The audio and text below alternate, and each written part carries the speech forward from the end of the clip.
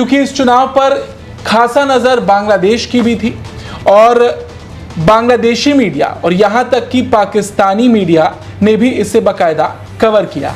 कहीं ना कहीं बांग्लादेश को ज्यादा बड़ा झटका लगा क्योंकि बांग्लादेशी घुसपैठियों के मुद्दे ने कई बार जोर पकड़ा। बीजेपी जो है वो उन्होंने वेस्ट बंगाल के अंदर जो है वो इलेक्शन जीता है और असम के अंदर भी जीता है। That gives a message that Narendra Modi का जो राइज है that is very stable, it's not going anywhere. Defeat को आपको एक्सेप्ट करना चाहिए ग्रेशियसली। ये डेमोक्रेसी का, लोकतंत्र का ये एक कह लीजिए कस्टम है, एक एटिकेट है कि आप जब हारते हैं तो आप जनता के जो वर्डिक्ट है उसको स्वीकारते हैं। मोदी जी ने या कह लीजिए हिंदुओं ने मोदी जी को जिता दिया वेस्ट बंगाल के अंदर। मुद्दे हैं बहुत ज्यादा कि जो बंगाल को जीता है, क्या हिंदुत्व जो है वो बोलते थे मर गया है, क्या वो जाग गया है? क्या जो मोदी जी ने एक बार बोला था कि जो गंगा है वो उत्तराखंड से शुरू होती है और वो वेस्ट बंगाल तक चलती है, क्या वो सपना पूरा हो गया है? मतलब हर कंट्री की नजर जो है वो हम इंडिया के इलेक्शंस पर ही देख रहे थे। बड़ी खबर, chief minister, sitting chief minister defeat हो गए हैं, रेयरेस्ट ऑफ रेयर, और वो भी ममता बनर्जी जैसी पावरफुल लीडर।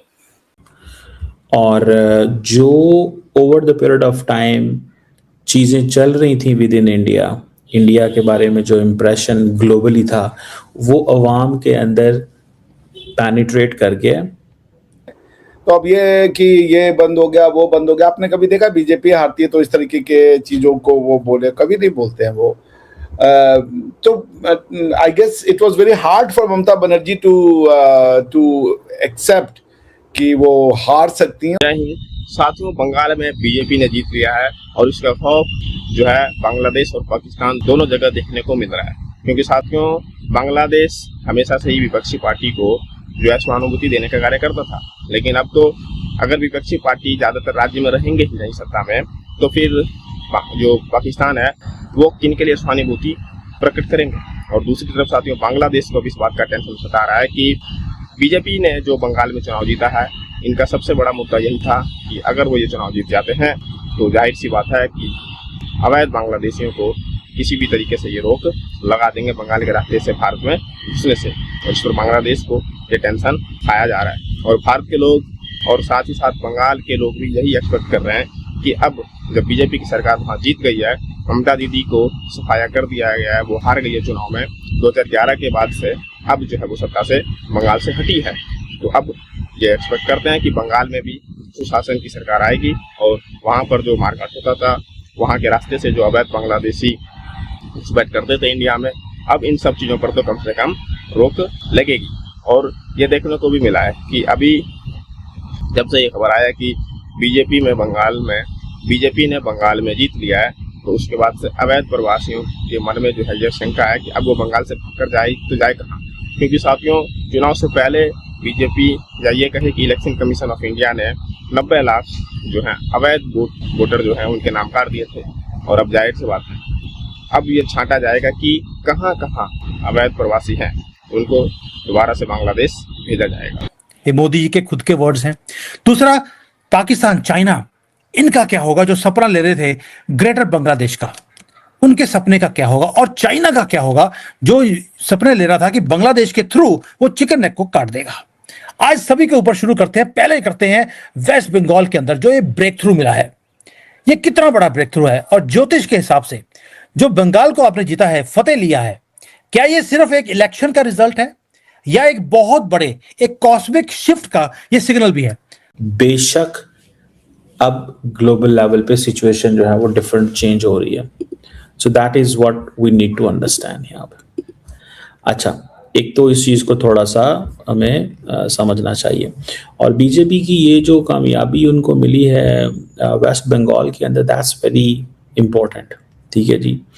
और ये आप इसमें से आप समझ लें कि जो बीजेपी है वो as counting is going on, चीज़ें चल रही हैं, मेरा ख्याल है एक तो एंटी इनकम्बेंसी फैक्टर बहुत तगड़ा था, ठीक है जी, टीएमसी के खिलाफ, दूसरे नंबर पे आप देखिए 15 साल पावर में रहे और चैलेंजेस आते हैं, कल्चर जो है वहाँ पे करप्शन की बातें थी, वायलेंस की, गवर्नेंस फेलियर थे। और फिर दूसरी बात यह है कि मोदी की जो लीडरशिप में उन्होंने बड़ी एग्रेसिव कैंपेन की है, ठीक है जी। मीडिया कंट्रोल उन्हें करना आता है, उन्होंने रोड शोज किए, इमोशनल तकरीरें की, ठीक है जी। वेलफेयर बेनिफिट का नाम लिया, खवातीन को उनकी सेफ्टी सिक्योरिटी, उनकी वेलफेयर की बातें की, ठीक है जी। अब एक ही नारा था वहां पे, मैं देख रहा था कि पाल्तानो दरकार दरकार, पाल्ताना दरकार मीन्स कि चेंज चाहिए। और नरेंद्र मोदी ने जो वेलफेयर नैरेटिव दिया खवातीन को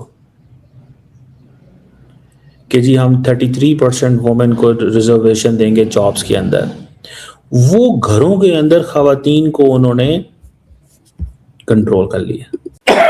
जो रिजल्ट्स हमारे सामने हैं, रिजल्ट्स बता रहे हैं आपको। मैं आपको अगर बताऊं तो ऐसे रिजल्ट्स हैं, नंदीग्राम वही सीट जहां पर ममता बनर्जी को पहले हराया गया था, उस सीट पे भी बीजेपी जीती है।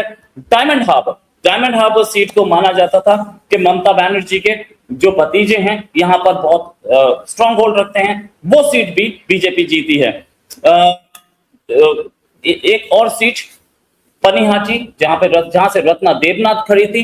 रत्ना देवनाथ वही लेडी हैं जो आरजी कर मेडिकल कॉलेज रेप केस में जो विक्टिम थी, ये उसकी मदर है, ये जीती हैं पानीहाटी से। साथ में दिलीप घोष जीते हैं खड़गपुर सदर से।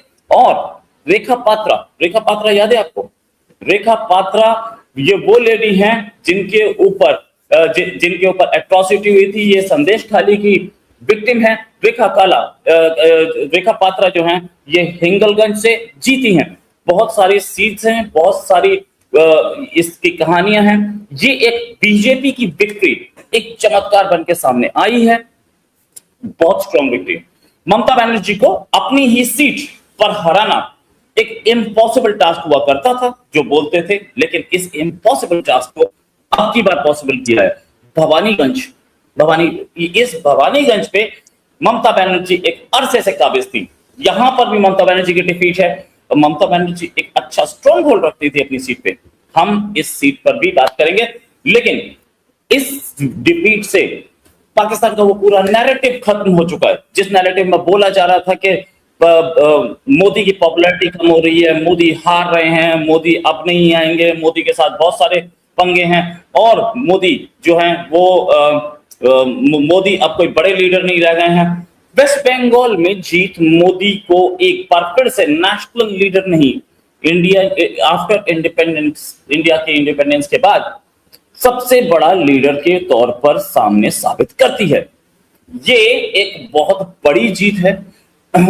वेस्ट अगर बात करें कि 1940s, 50s, 60s में प्राइम मिनिस्टर नेहरू इतनी बार इलेक्शन जीते थे, लगातार 3 बार प्राइम मिनिस्टर नेहरू के बाद कोई इलेक्शन नहीं जीत पाया इंडिपेंडेंट इंडिया में, नॉट इवन इंदिरा गांधी।